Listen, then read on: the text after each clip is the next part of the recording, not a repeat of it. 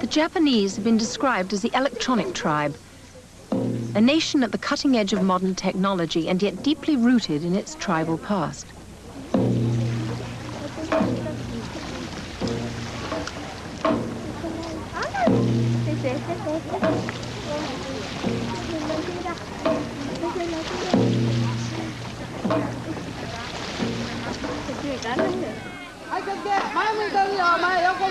By the time these Japanese children pose for their high school graduation photograph, their country will have overtaken the United States to become the world's richest nation. And these children will work for corporations that will control large sections of the world economy.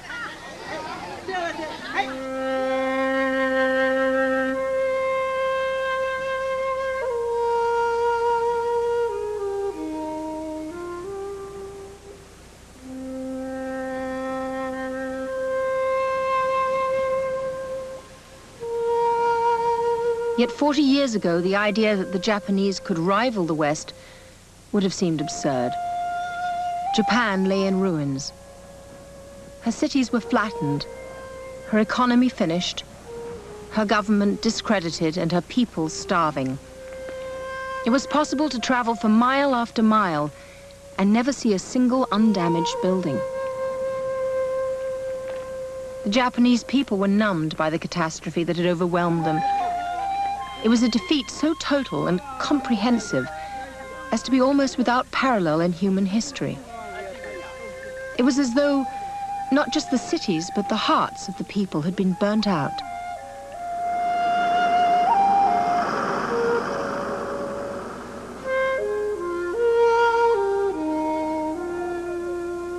The best that could be expected of the future Japan was that it would one day return to being a small, unimportant, third world power.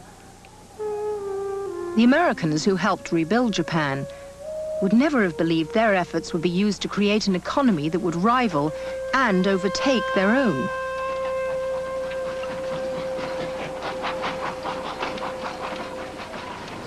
When the first Americans arrived here in Hiroshima after the bomb, not one of them would ever have dreamt that Japan would ever reach its current position of world power and importance.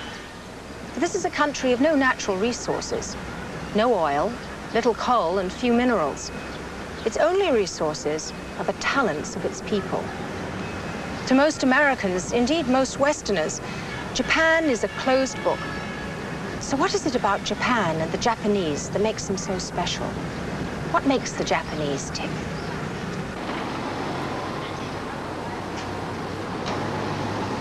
Our central focus will be to show how, with a skillful blend of ancient traditions and modern technology, the Japanese have achieved so much in the last third of the 20th century.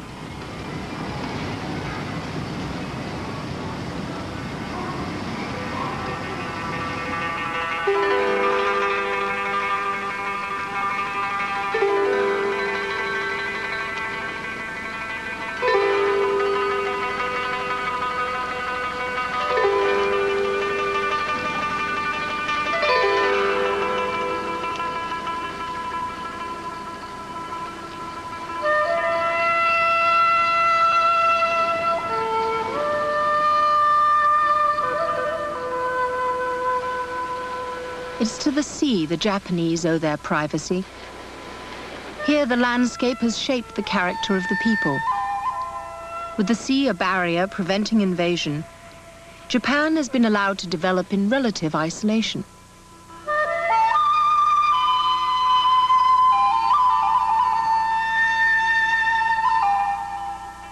Encircled by clouds and mists, its landscape is so dominated by mountains that there's little flat land for agriculture or industry.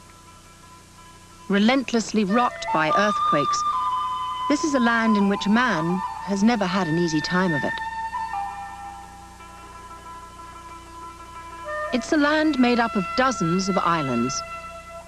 The Japanese archipelago roughly matches California in size, but it has more than 5 times the population.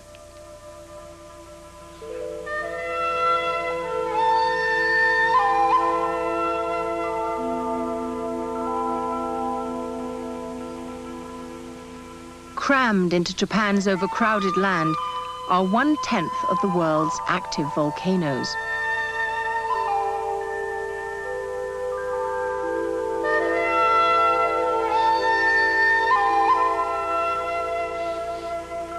This is a land constantly threatened by sudden catastrophic change.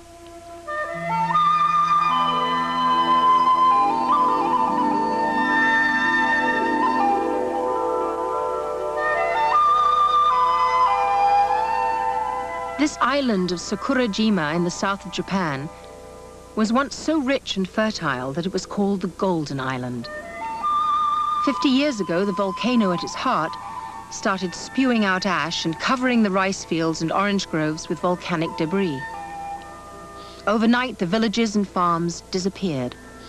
Green fields were replaced by lava fields. And ever since, the people of this once golden island have been living with the consequences.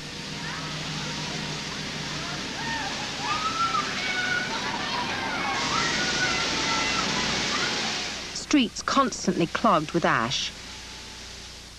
The occasional stray boulder through the roof. Oranges that now have to be covered with plastic sheeting to survive.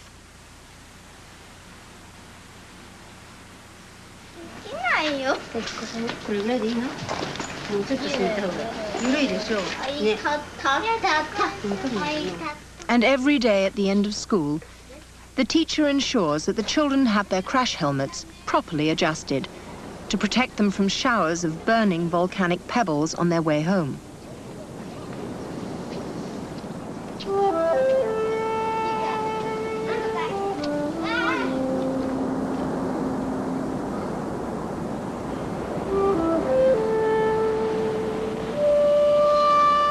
And the volcano of Sakurajima is in no remote, isolated area.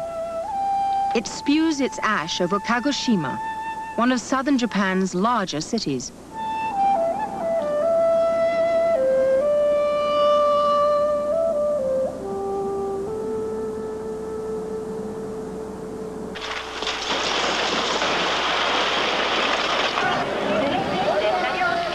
Volcanoes and earthquakes are hazards that every Japanese is only too well aware of. This isn't a real earthquake, but a rehearsal for one in central Tokyo. Millions of citizens take part, eager to do their bit to reduce the death toll of the next major Tokyo earthquake, due before the end of the decade. The last major quake in 1923 killed hundreds of thousands and rates as one of the world's worst natural disasters.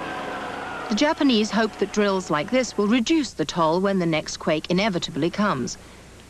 And when that quake does come, the people of Japan will rebuild as promptly and as rapidly as they have done in the past.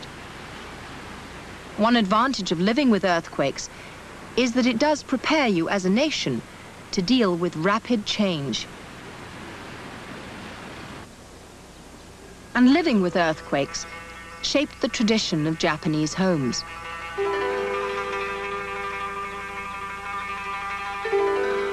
Built of natural materials, wood, reed matting, paper screens, and bamboo. If a house is liable to collapse on top of you at any moment, it's unlikely you'll want it to be built of stone.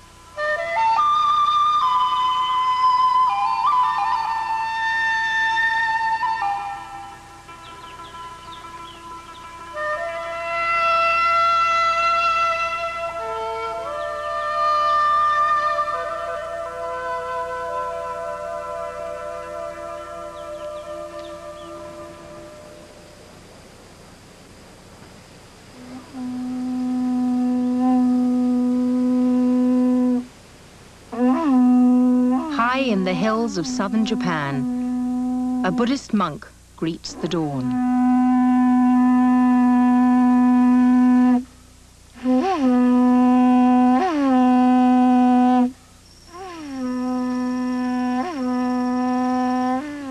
For generations, his family has run this tiny temple with its daily ritual of prayer and meditation.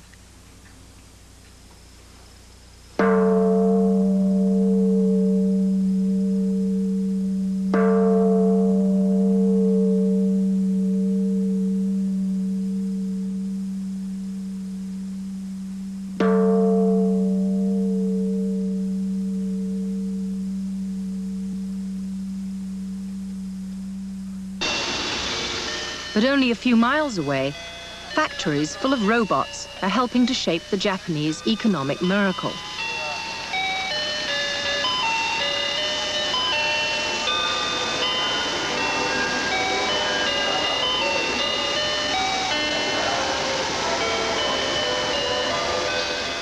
Toyoko Katayama is 20 and has worked in this ultra-modern camera plant since she left school. Work starts at 8 with a traditional company exercise routine. But Toyoko has been here since 7, having volunteered to take an unpaid business course to improve her promotion prospects. All the workers at the plant are very conscious that with their average wages of $16,500 a year, they are no longer cheap labor.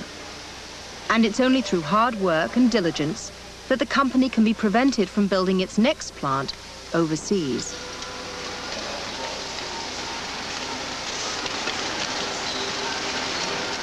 Her work is to adjust the automatic exposure on the cameras. It is not highly skilled work, but it needs to be done carefully to ensure the high standards of quality control for which the Japanese are rightly famous.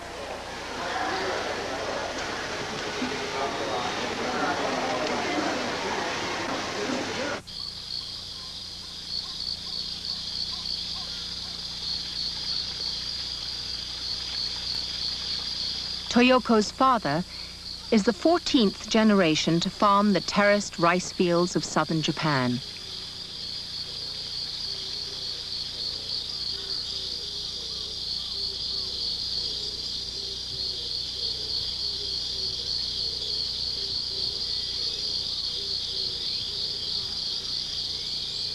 After the war, the family added orange groves, which have proved a great success and are lovingly cultivated by Toyoko's mother.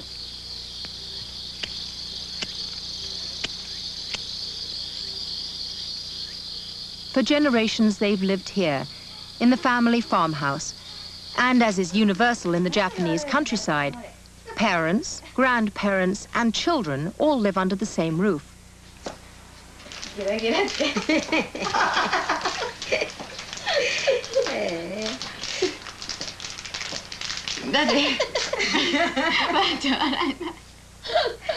Toyoko's wages allow her to buy a range of consumer products. She has her own room, her own car, a substantial wardrobe of expensive clothes, her own stereo, video, and television. And, like many Japanese girls of her age, Toyoko is saving money to fulfill a lifetime ambition, to visit Disneyland.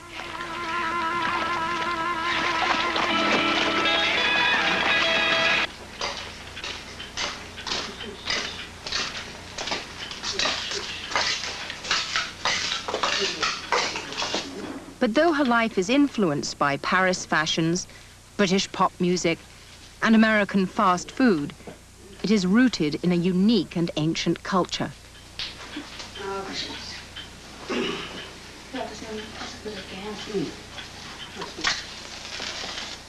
Every day she accompanies her grandfather to the family Shinto shrine.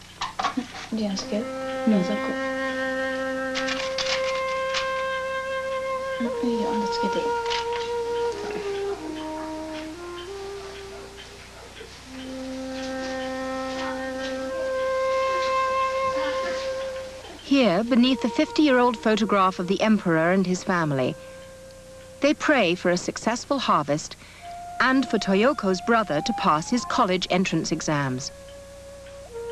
The Shinto religion is unique to Japan, and its influence permeates every aspect of Japanese life.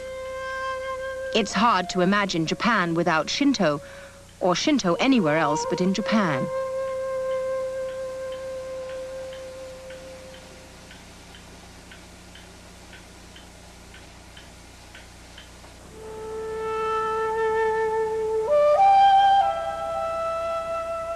Shinto traces its roots back thousands of years to the religious practices of the early emperors who built these giant keyhole-shaped tombs some 1,600 years ago.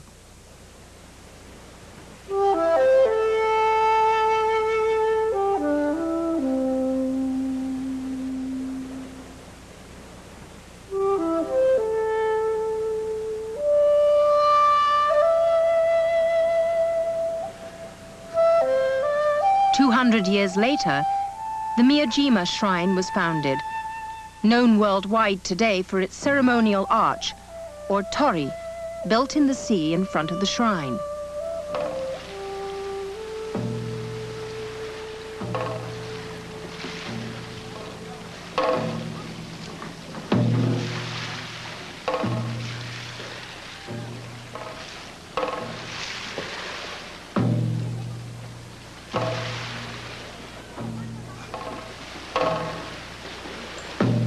The shrine buildings with their thatched roofs and vermilion-painted woodwork are classic examples of traditional Japanese architecture.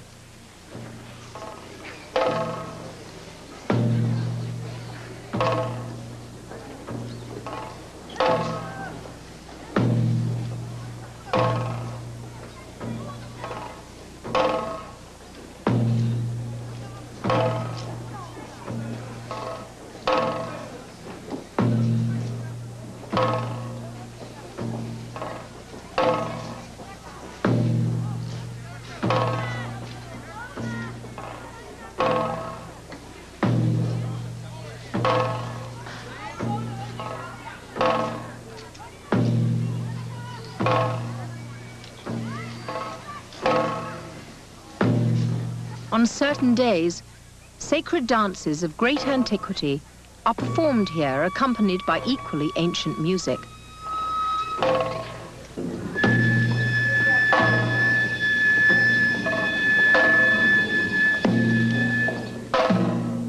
The mask depicts an evil spirit, which the dance will keep at bay, protecting the shrine from malevolent forces.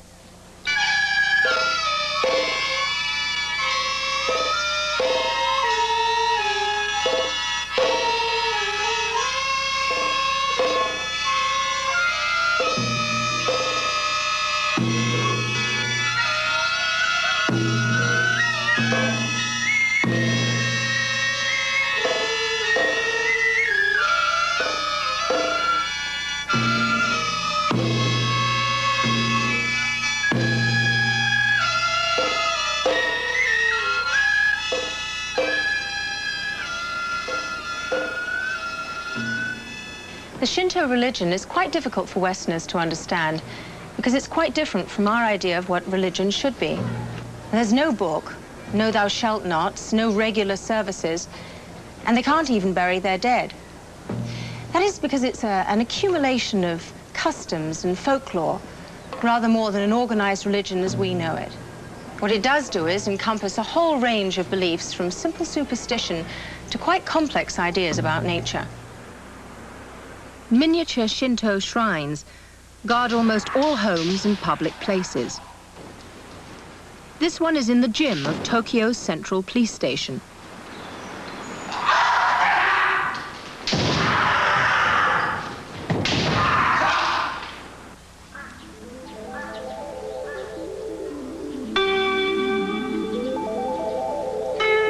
Shinto means the way of the gods. And the Japanese see gods everywhere. In trees, in water, in strangely shaped rocks, and in waterfalls.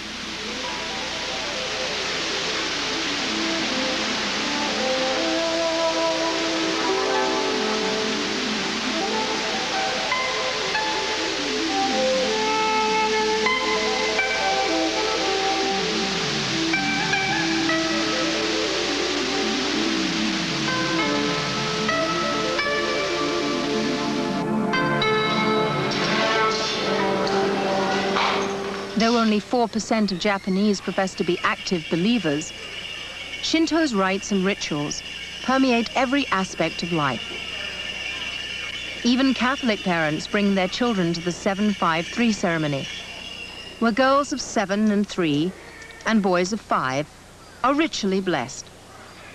And when folklore decreed that baby girls born in 1966 would grow up and murder their husbands, the birth rate hit an all-time low.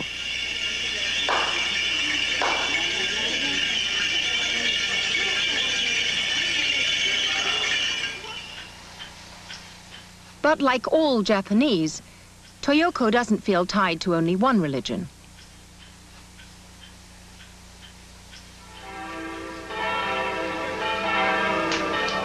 When she gets married, she might decide to have a Christian ceremony. For though only 1% of Japanese are practicing Christians, a much larger number are married in church, attracted by the trappings of a Western-style wedding.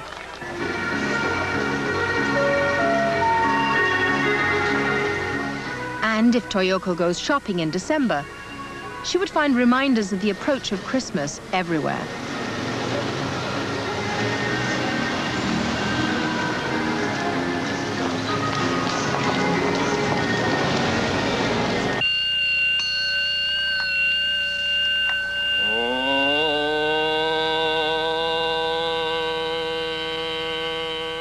But when the time comes to bury her grandparents, she, like all Japanese, will use the rites and rituals of the Buddhist faith. Living with this mixture of beliefs is no problem for the Japanese, and it's why they can constantly absorb new ideas from the West without ever losing their identity as Japanese.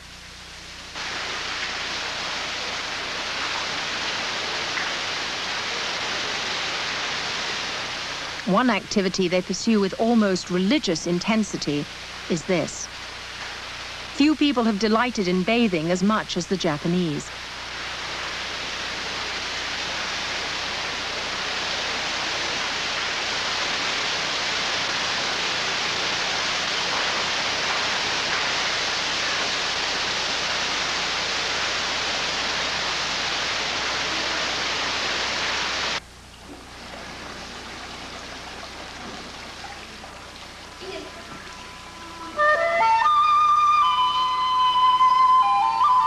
A Japanese bath isn't organized in the same way as a Western one. Whether in a private home or public bath, the pattern is the same. One of the Japanese greatest fears of Westerners is that they won't understand the proper etiquette of the bath.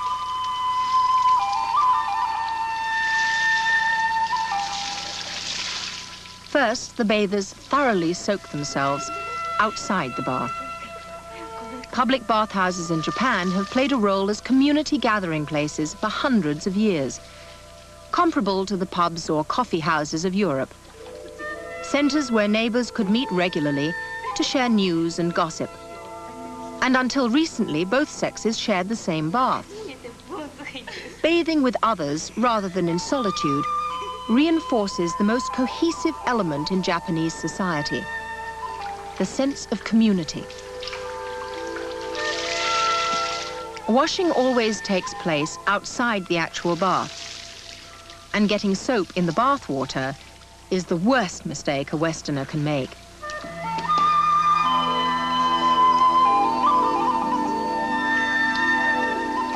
Having thoroughly soaped themselves, the bathers then carefully wash themselves off, allowing the soapy water to run away in separate channels.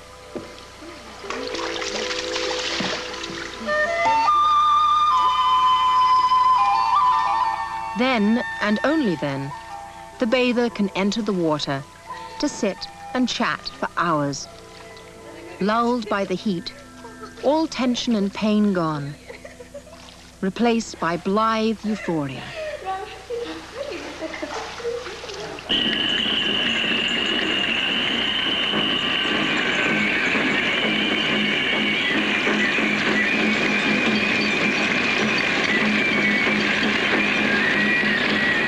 Japan has festivals by the tens of thousands. Every village and town has one. Every single person participates. They vary enormously in size and style, but all of them encourage exuberant community celebrations. The highlight of this festival is young men balancing up to 48 large lanterns on a single pole and parading them through the streets.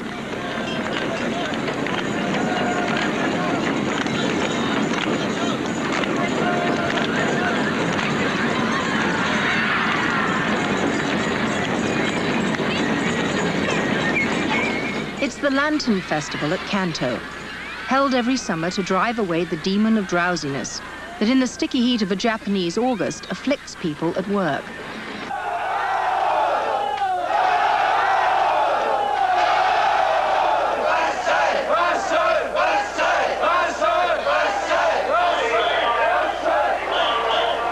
This festival is held on a freezing January night. At 11 o'clock, the young men of the district file into the local temple and cram themselves into one of its larger rooms. A priest then throws magic wands into this seething mass, and the young man who is able to grab one of these is promised a life of luxury and happiness.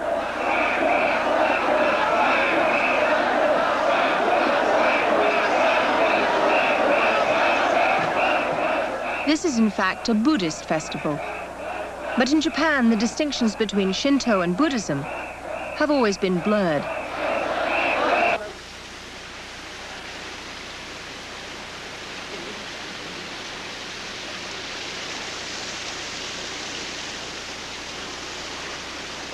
Buddhism came from China in the 6th century and brought with it new ideas and new disciplines.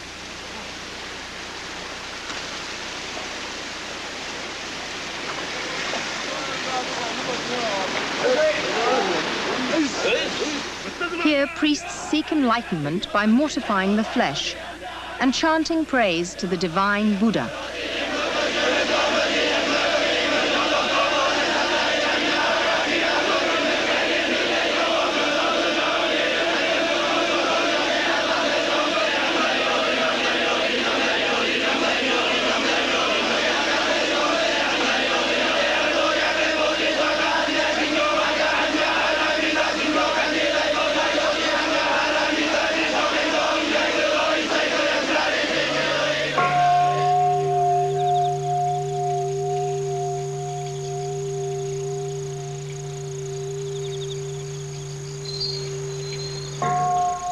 Buddhism introduced one powerful new idea to Japan.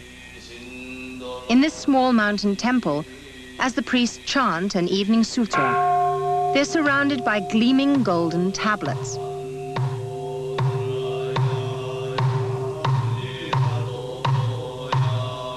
These record the personal records of every single person in this village for the last 500 years.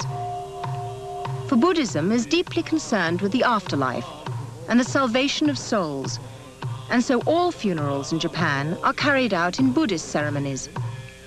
As the Shinto religion was only concerned with the living, it meant that the two faiths have always existed easily with one another, with most Japanese participating in both religions at different stages in their lives. A constant theme in Japanese history is the sudden change from excluding all foreign influences to great enthusiasm for everything new from overseas. When this temple was first built, Japan was fascinated by everything Chinese, and in particular, the newest religion to come from the continent, Buddhism. But even as Japan is changing and embracing new ideas, the Japanese make everything uniquely their own.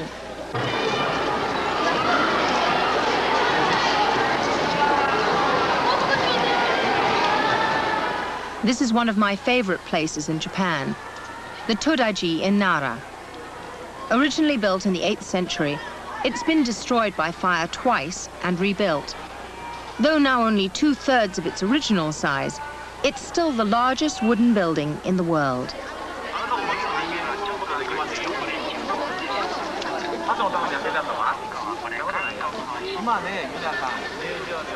Buddhism brought Japan into contact with the highly cultivated civilization of China. And it was a meeting that would create one of the world's most extraordinary cultural flowerings.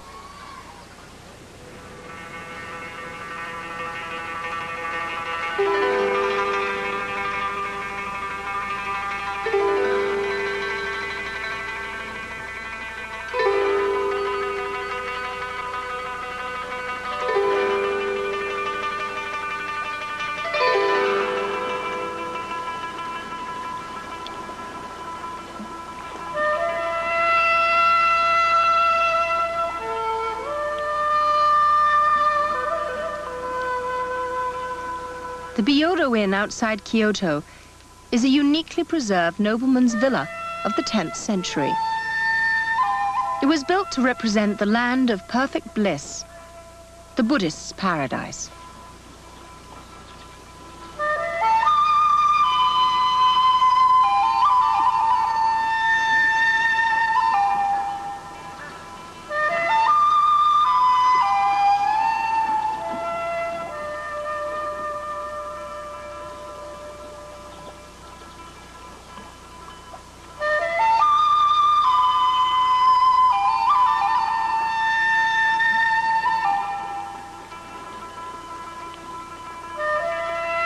At this time, warfare was non-existent, and the aristocracy pursued the arts with all its energy.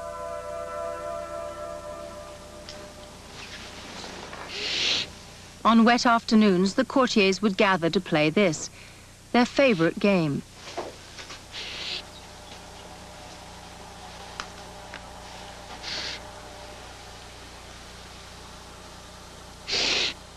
The ancient ritual of guessing the perfume.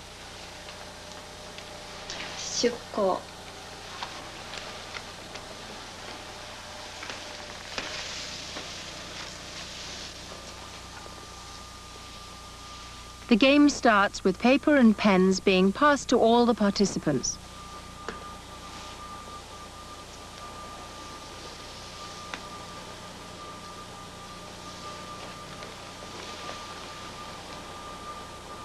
Then the master of ceremonies passes around the incense and the players have to guess what it is. At the end of the game, the scorecards are checked and the winner declared.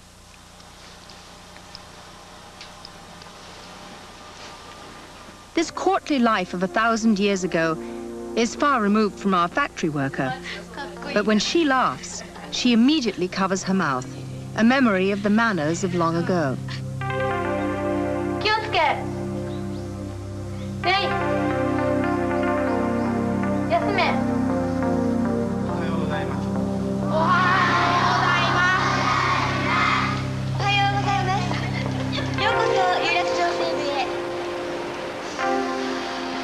No visitor can spend very long in Japan before realizing that this is a country that takes etiquette very seriously indeed.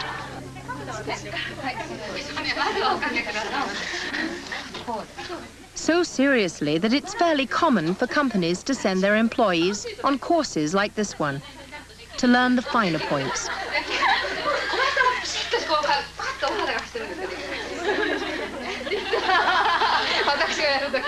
それで流しますよね。でこの流して内側の足をそのままおかけいただけば同じラインになって見苦しくはありません。それでこの時ちょっと裾直していただく。いいですか。そしてかけ直す時もこのまま膝をつけてやってそしてまた戻す。いいですか。で逆もそうですよね。でこれで逆の足をかけますと外側の足をかけますとこうなるんですよ。よくこういう方いるでしょ。こういう感じの方。膝を離さないようにしてはいちょっとはいはいそうですよね。そしてはい羽元へ戻してください。はい大丈夫ですか。はいありがとうございます。 These girls require this lesson in bowing because of the complexity of Japanese social life. Everyone is placed on a rigid, unchanging ladder, and you behave differently in both speech and manner to those below you and to those above. The depth of the bow is conditioned by the seniority of the person you're bowing to. The more senior the person, the deeper the bow. When war veterans meet up at a class reunion, the depth of the bows they give one another are carefully controlled so as not to give offense.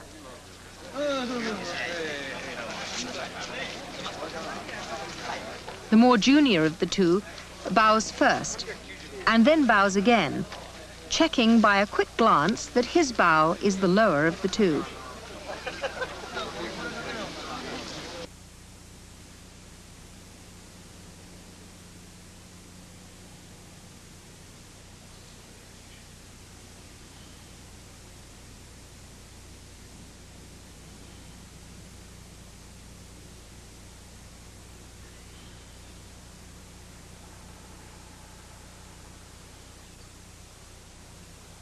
As has so often been the case in Japanese history, when the need for an alphabet arose, instead of inventing their own, they copied from overseas. In this case, from China.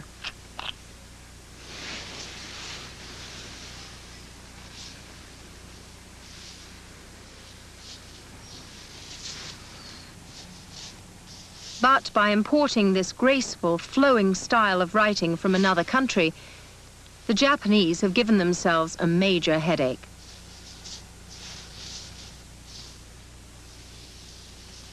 Chinese and Japanese are completely different.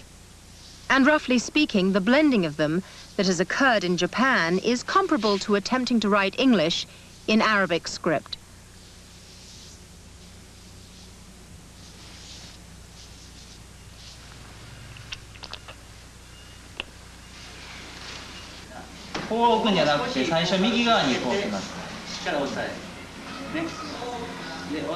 The complications are most apparent in the classroom.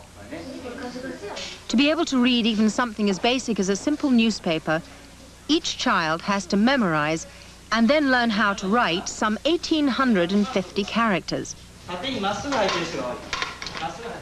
To read or write anything serious requires memorizing far more.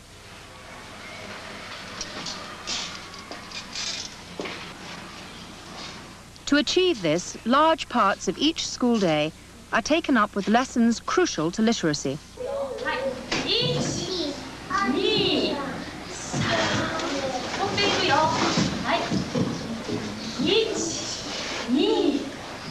Here, children in their first year of school are learning the sign for river by writing it in the air.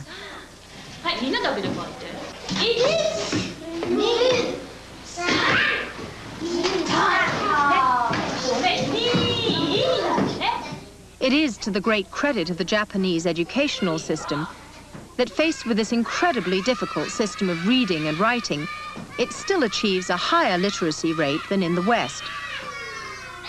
While learning their thousands of Chinese characters, each child also has to master 2 further alphabets before he or she can be considered literate. Like all Japanese, Toyoko's life has been shaped by many influences, some deep in her country's past, some, like the exercises before work, of more recent origin. But the most powerful influence comes from her family, who stressed above all the values of loyalty, obedience, and hard work. Family values, not religious values. And so the decline of interest in organized religion, which has taken place in Japan as elsewhere, has not meant a decline in general morality. The company has little problem with workers stealing cameras. Their loyalty to their employer sees to that.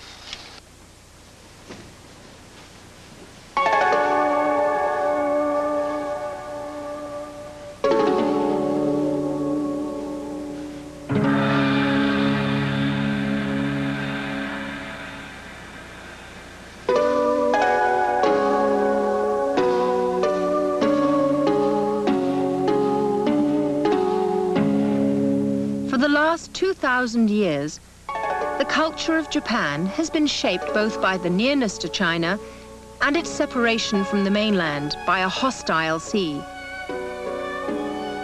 Though it has taken its influences from many quarters, the culture that has evolved is essentially Japanese.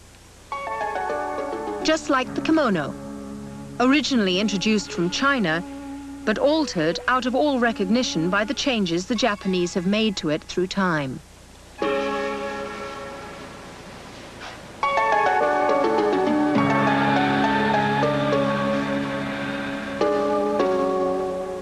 But only a tiny minority of Japanese ever lived in courtly splendor. For most of recorded history, the life of the average Japanese has been dominated by one single goal: the rice harvest. And rice growing in Japan requires unremitting, all-year-round physical labor.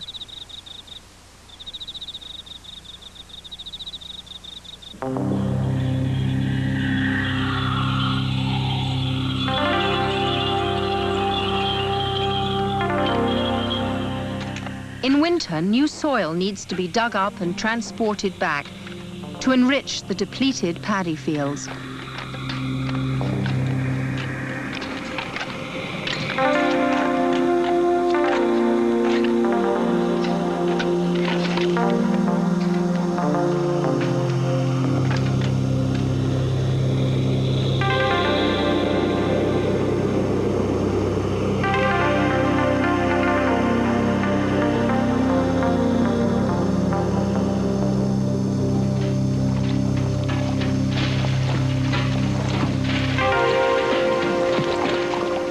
In the spring, this new soil needs to be prepared for planting.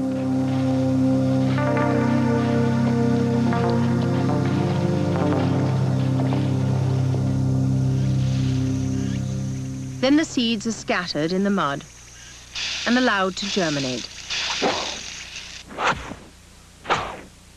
The young plants are gathered, bundled up, and scattered in a field ready for the next stage, in which they are planted in the now flooded paddies.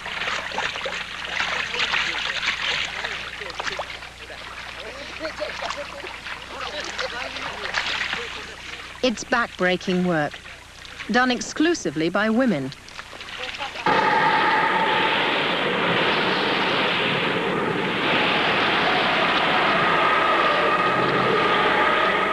The farmer has to cope with the all-too-frequent summer storms that blast their way through the young, growing rice, followed by the inevitable flooding.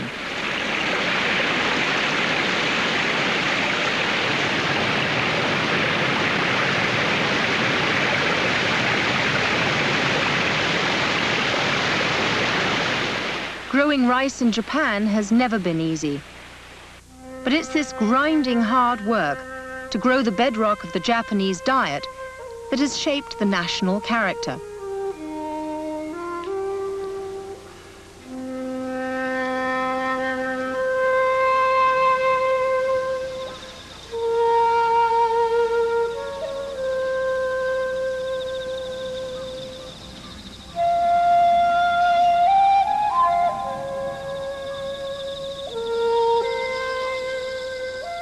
This is the hamlet of Makido, in the hills of central Japan. It's made up of 16 family farms, and the way of life here has altered very little over the centuries. Each home has 3 generations under the same roof.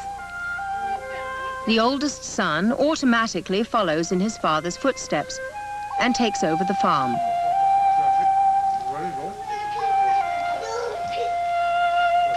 Rice is still the staple diet, though Japan's new prosperity allows a range of food that would have been unimaginable a few years ago.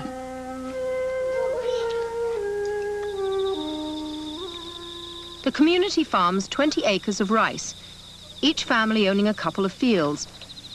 But everyone shares the work, as rice cultivation is far too physically demanding for one family to do on its own. The rice in this field is being gathered by 11 villagers, but only 2 of the workers belong to the family that owns the field. A famous Japanese proverb says, "If a nail sticks up, you hammer it down." And it's easy to see how great a threat the willful individualist would be to the task of getting in the rice harvest. It's a far cry from the rugged individualism fostered by the expansion of the American West. To organize the harvest and the many other jobs needed to grow the rice, this community holds regular meetings.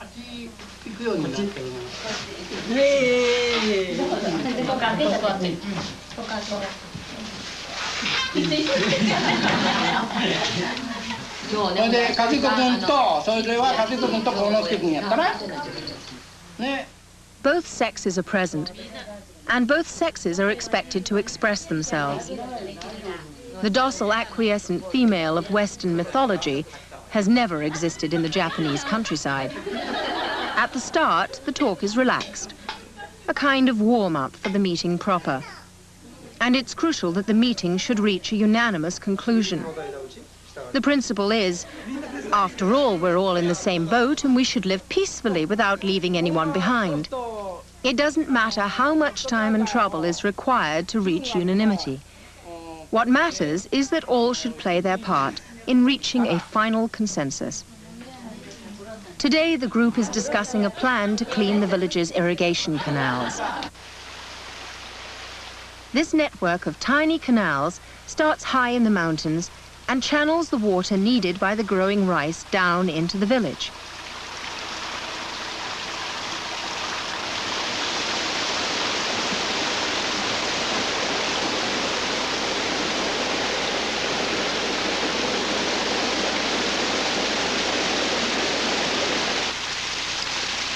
Rice cultivation requires large amounts of water, and if the canals are blocked, the rice will die.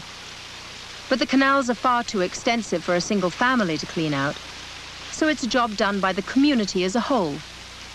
The meeting over, the group cleans out one particular stretch of overgrown canal. It's in this way, discussion followed by group action, that all the major jobs of the village get done. Each farmhouse has a family shrine.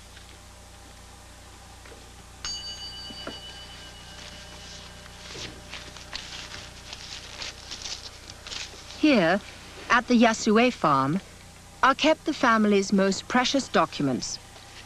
Some of these papers date back hundreds of years, and they consist of detailed lists of favors done for the family by other families in the community.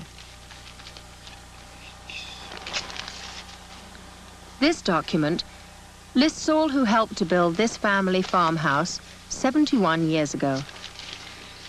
By checking it, the farmer discovers that the family up the hill, which is currently building a new house, gave his grandfather 2 barrels of sake and worked for 2 days plastering the walls.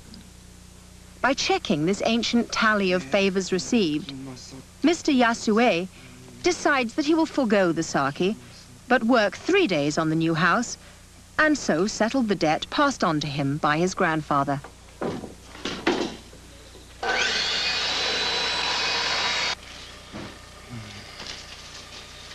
To the Japanese, it's their relationship to the group that is of overwhelming importance in everything they do.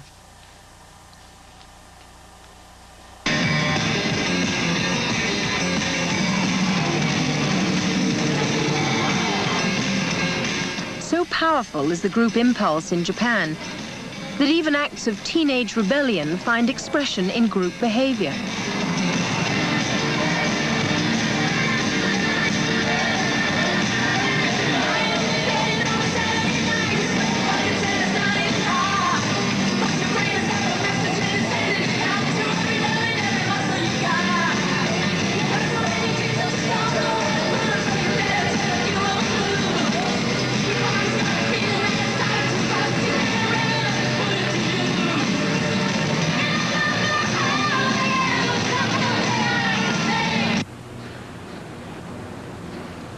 But the area where this group cooperation has really shaken the world is on the factory floor, where many of the customs of the village have been successfully transplanted.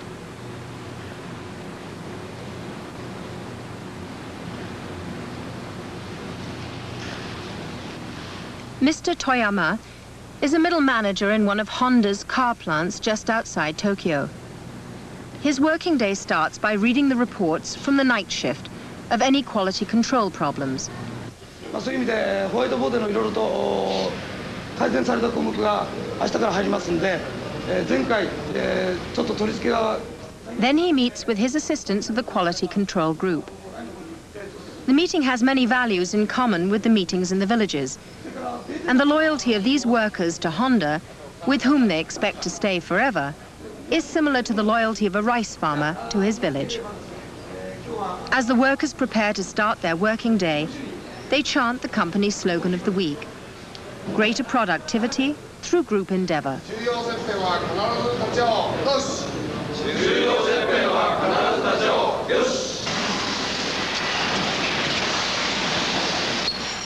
And it's these strong group loyalties that is the secret behind most of Japan's industrial success.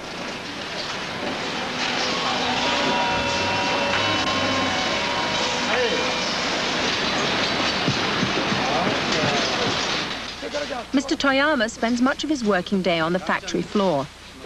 To his men, he's the boss. But it's a term that has a far greater meaning than it does in the West. To the other members of the group, he's as much a friend and father figure as he is a boss. At lunchtime, in the single company cafeteria, these group dynamics are very clear. Unlike the West, where managers would sit with managers, workers with workers, here people sit with the groups to whom they feel the strongest loyalty. And so it's no surprise to find Mr. Toyama giving out fatherly advice to his younger assistants. And this advice may well be to do with intimate personal matters. He may act as a go-between in marriage arrangements, and once the marriage takes place, he would be the first to hear of any marital problems. It's a relationship where both sides have a strong sense of obligation to one another. Back on the factory floor, this sense of obligation is translated into a desire to do the best quality work possible, so as not to let down the boss. And of course, each worker in the plant has identical relationships with people above and below him, all working in harmony to build a better automobile. It's a formula for economic growth the world is only now beginning to understand and take seriously.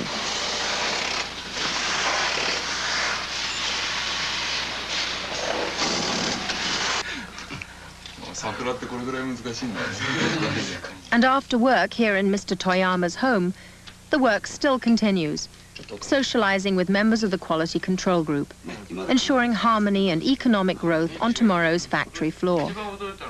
It's a skillful blend of traditional Japanese social patterns married to modern technology. And it's the formula that has produced an economy powerful enough to overtake the West.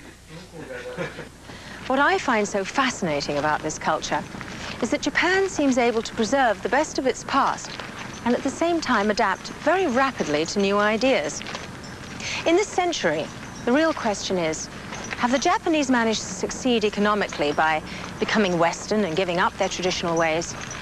Or have they just stayed the same and adapted once again? Well, without a doubt, Japan has changed more than any other country on earth in this century. But it has also managed very successfully to cherish and preserve the best of its past.